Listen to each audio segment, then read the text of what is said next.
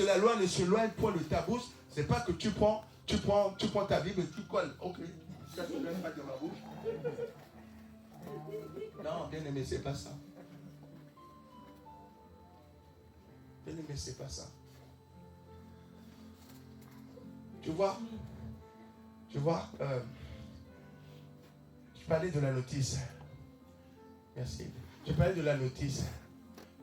Il y a une parole dans la Bible qui détermine ce pourquoi Dieu t'a envoyé sur la terre. Il y a une parole. C'est pour ça que tu dois méditer. Et le jour où tu reçois cette parole, tu dis, oh yes, il a dit, cette parole t'a dit, te donne essence à ta vie. Et quand tu marches tous les jours, malgré les situations qui peuvent arriver, malgré tout ce que tu peux subir, cette parole te garde dans le cap. C'est-à-dire, tu ne te détournes pas. En fait, tu as un GPS. Tu sais où tu dois aller. Tu sais pourquoi Dieu t'a envoyé sur la terre. Parce que tu as reçu cette parole. C'est pour ça, les dimanches, viens dans sa maison. C'est pour ça, les dimanches, viens t'enraciner. C'est pour ça, les dimanches, viens chercher sa présence. Parce qu'il veut te faire du bien. Il veut te transformer. Il veut te faire du bien. Que ce livre de la loi ne se lève point de ta bouche. Médite-le jour et nuit. Que quelqu'un dise jour et nuit. Jour et nuit. Jour et nuit. Voisin, voisine. Médite-le. Je te prie, médite-le. Tu as besoin de méditer la parole. Tu as besoin de la méditer.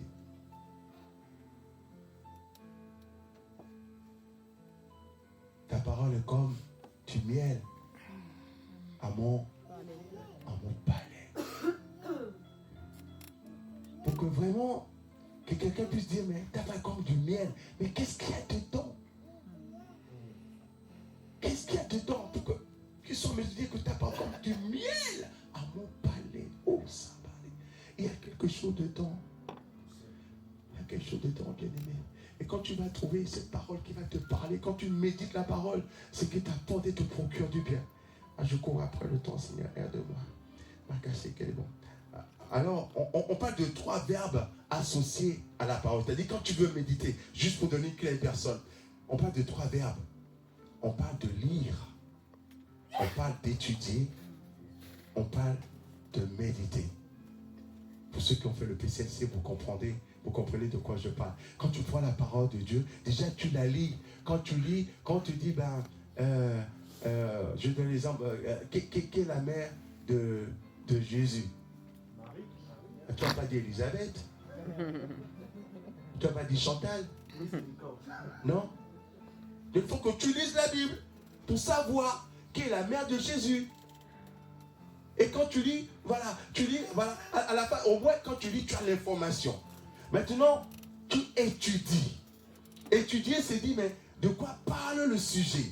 De quoi parle cette parole? À quoi cela est lié à moi? On a parlé de Jésus, où la barbe de Jésus a été arrachée. Bon, pour toi, barbe arrachée, là, dans notre époque, ça ne te parle pas. Les gens se rasent, non? Bon, on a arraché la barbe, c'est bon, on a arraché la barbe. C'est quoi l'histoire? Mais à l'époque, tu vois, le modèle de beauté, à l'époque, pour un homme, c'était d'avoir une barbe impressionnante. Et quand on arrache ta barbe, on t'enlève ton honneur. On t'enlève le respect que tu as. On t'enlève ta dignité. Ce que tu es, ce que tu dois, tu manifestes une certaine, mais on te l'arrache. Et quand tu arraches ça, c'est quoi? C'est la honte qui rentre. C'est le rejet qui rentre. Tu ne comprenais pas pourquoi. Mais Jésus, à l'époque, il a été déshonoré. On lui a arraché. Quand tu médites, c'est là que tu dis, ben, à l'époque, il y avait ceci. La barbe, c'était quoi? Ainsi de suite. Mon jour d'aujourd'hui. En quoi cela, je peux le corréler? Tu dis, ah, aujourd'hui, on dit le critère de beauté, c'est être comme ça. Quand tu n'es pas... Attention au vent. Le vent peut souffler, hein. Attention. Le critère de beauté, c'est... Voilà. Ou voilà, on dit, bah, aujourd'hui, voilà. Mais quand toi tu te vois, tu dis, oh, moi je suis grosse. Oh, bah. Non. Non. Non. À quoi te compares-tu? Tu as besoin de méditer la parole. Et ça te donne le réma. Ça te donne de la clarté. Ça te donne de la sagesse, de l'intelligence. de la sagesse à comprendre les choses, tu dois méditer la parole. Et quand tu l'étudies, lire, étudier et méditer. Méditer, c'est ruminer. Méditer, c'est ressasser. Revenir cette parole. Mais pourquoi, Seigneur, moi je ne manifeste pas cela? Pourquoi? Tu as dit que vous servirez l'Éternel et il bénira votre pain, il bénira vos eaux. Mais pourquoi, Seigneur, moi, je ne suis pas béni? Pourquoi, Seigneur? Il dit, j'éloignerai la maladie de vous. Mais Seigneur, pourquoi cette maladie? Je ne comprends pas. Il y en a, Seigneur, je vois en commande au matin qui reçoivent les paroles. Et moi, je ne comprends pas.